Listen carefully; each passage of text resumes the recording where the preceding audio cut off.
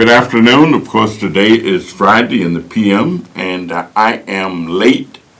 I apologize for that, but I just got to Chicago, and I also have this magnificent dinner to go to this evening at the Chicago Rehabilitation Institute, which is about the best rehab hospital anywhere in the United States of America or any other places that one would go.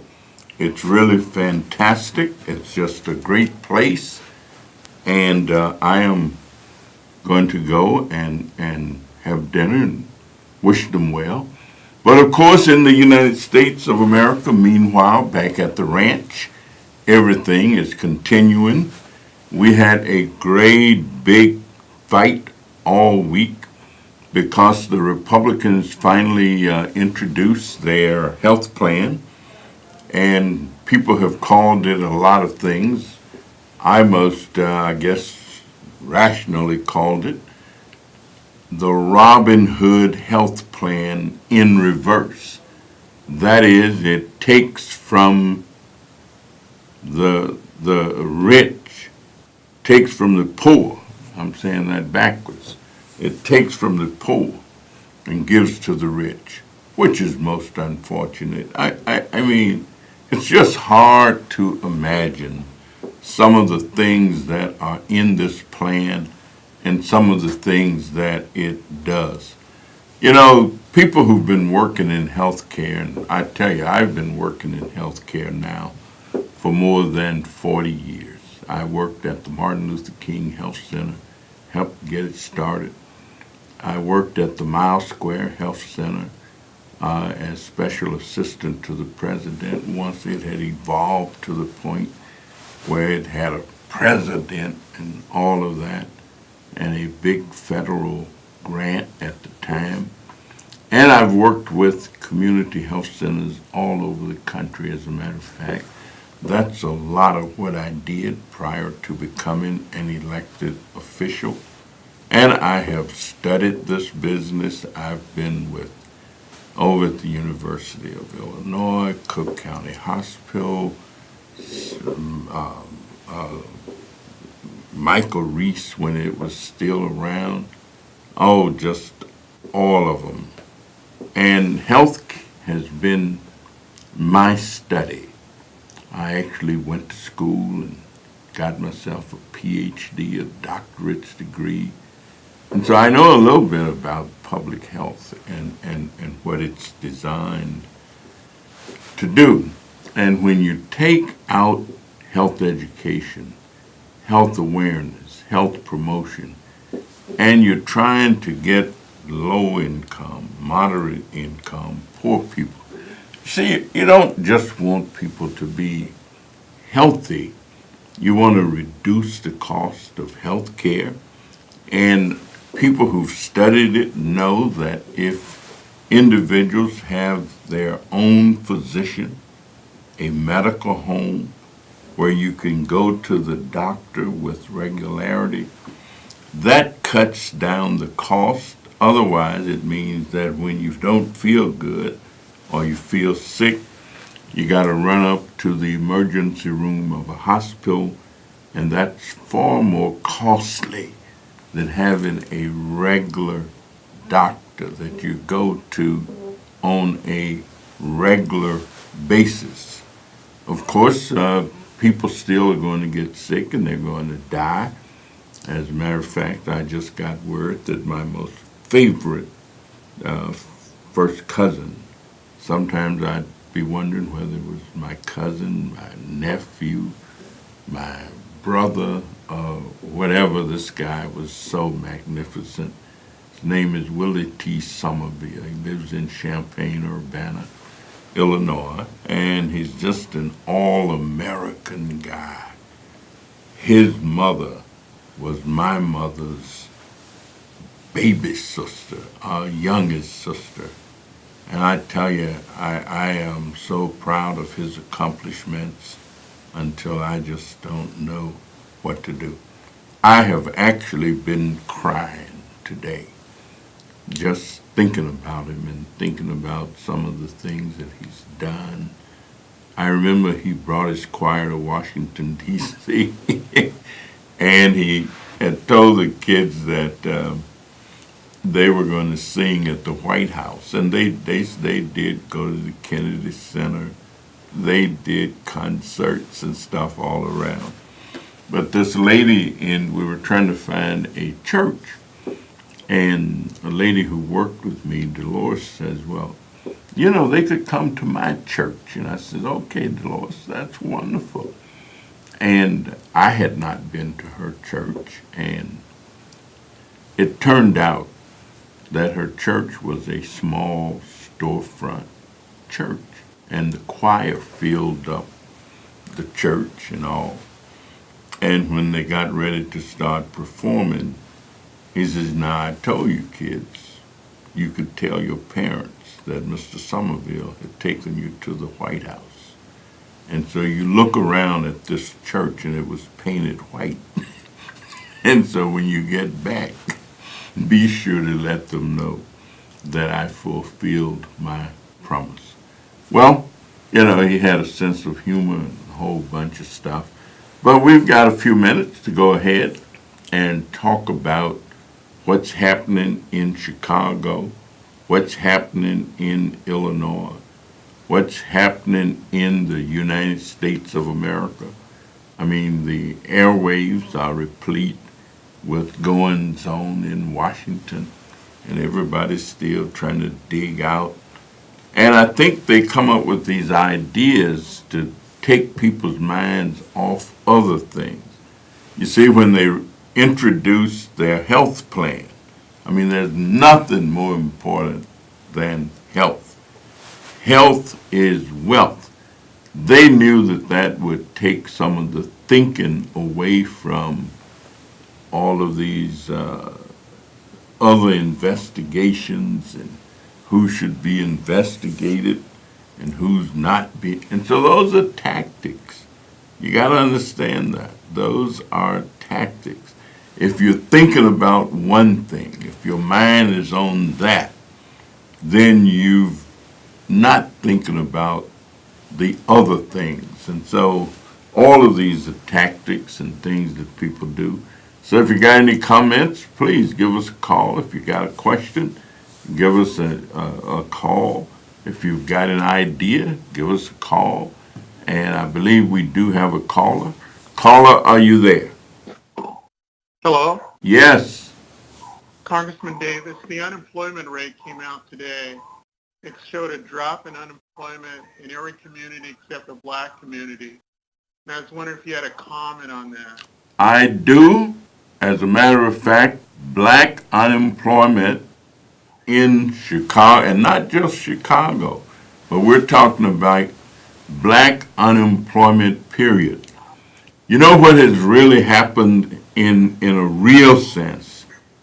There was a time when many individuals, black, white, green, go whatever their racial or ethnic identity, could go out and find themselves a job that didn't require much other than the brawn, the muscle of doing whatever you're doing. Pushing a table, lifting a bale. Now, technology, you can take a button and just mash it, push it, and lift this table. You can take a button and check all the doors in a place. You can take a button, and unfortunately, we have not kept up with the technological advances in many instances. You know, I know African Americans who turned flips on these jets and stuff. Some of the kids that I nominated to go to the Air Force Academy, they're ace pilots. But there are so many young people who don't get prepared for what we're facing. And that's why education is just so vitally important. And being educated around the issues of technology, That's why we've been having these technology town halls for kids. We've been taking them down to Motorola, taking them down to Google, and some of the other entities that, teach technology and prepare individuals. We had a big technology conference at Malcolm X College where we had children and parents. And so we just got to get on the stick. And I can't deny that there are other reasons too. Some reasons is that if you don't have African Americans owning businesses, they're not deciding who to hire. And if other people own businesses, they decide who to hire. I mean, if I had a business and had some relatives or somebody who were qualified to do the work, they would probably be the first people that I hired, and that's what other people are doing. So we have to do everything under the sun, and we have to keep fighting against racial and ethnic disparities and feelings that people have. So comprehensively, if we're going to change the picture on unemployment of African Americans, about 50% of African American males in the city of Chicago between the ages of 18 and 24 are not working, are not going to school, are not involved in any kind of training program. So let me just get this next caller in here. Caller, are you there? Yes, caller, are you there? All right, then let me continue. And so the struggle goes on. I know there are some people who are doing fairly well, and I'm always cautioning, especially African Americans, let us not get to the basement and believe or think that we're in the penthouse. The struggle must continue, but I believe, just as I said the other day regarding health care, that if we keep working hard, keep believing, keep dreaming, I said that Langston Hughes had an answer, and that answer is hold on to your dreams, for if dreams die, life becomes as a broken-winged bird that cannot fly. Hold on to your dreams. Don't let go. Keep working. Like I really wasn't necessarily up to going to this big dinner that I'm going to, but I got to go. Caller, go ahead. Hi, Congressman Davis. It's good hearing from you. Thank you. I'm calling because I wanted to find out what was going on. Back in the 60s and 70s, there was still the job disparity that we had, but we had our urban renewal centers. We had places to go for training. What happened to those programs? Well, we've got people in office. Those were called the Great Society programs, and they were initiated during the administration of John Kennedy and Lyndon Baines Johnson. Democrats were in control of the federal government and many state governments, and so they initiated these programs to help people work their way out of poverty. Changes have occurred. For example, the state of Illinois doesn't have a budget and has not even had a budget for about 2 years. The federal government, Mr. Trump, is talking about cutting housing and urban development by $6 billion.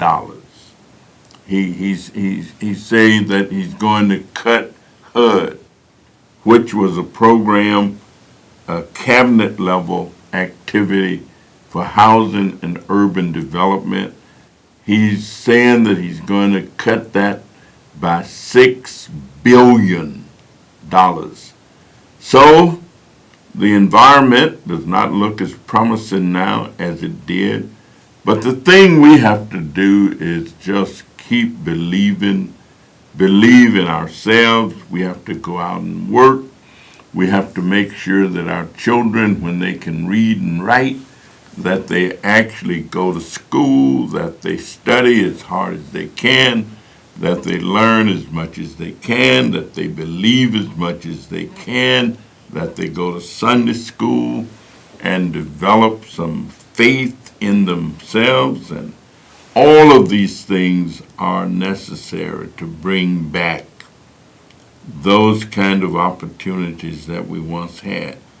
So even though it is dark at night, I'm told that the sun comes out in the morning. And that's where faith is so important. You know, we say sometimes that it's darkest just before dawn, and that at the end of the rainbow, there is still a pot of gold. We just got to keep working and going until we get there and hold fast to our dreams. The dream of equality, the dream of equal opportunity, the dream of equal chances at education, the dream of equal opportunities to get jobs and work, and it's going to happen. We got to go because my time is up, but I'll be back next Friday. See you then.